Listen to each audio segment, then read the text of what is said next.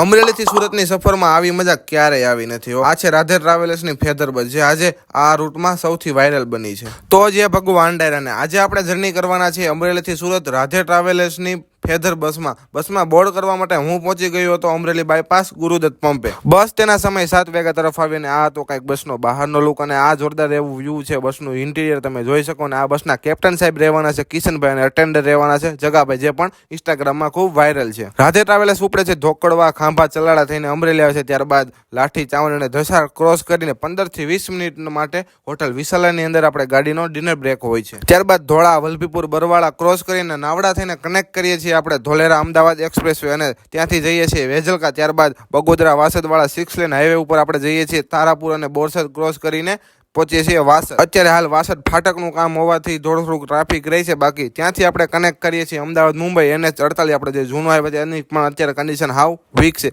અને સવારમાં વહેલા 5 વાગ્યા તરફ આપણે પહોંચીએ છીએ રાજ હોટલ, ત્યારબાદ કામરેજ જઈએ છીએ. આટલામાં તો મારે તમને કેટલુંક સમજાવું. ફૂલ વ્લોગ આપણે ફૂલ માહિતી સાથેનો આપણે યુટ્યુબમાં આવી ચૂક્યો છે. જાવ જલ્દી ચેકઆઉટ કરી લો દક્ષિત દેવાણી વ્લોગ્સ.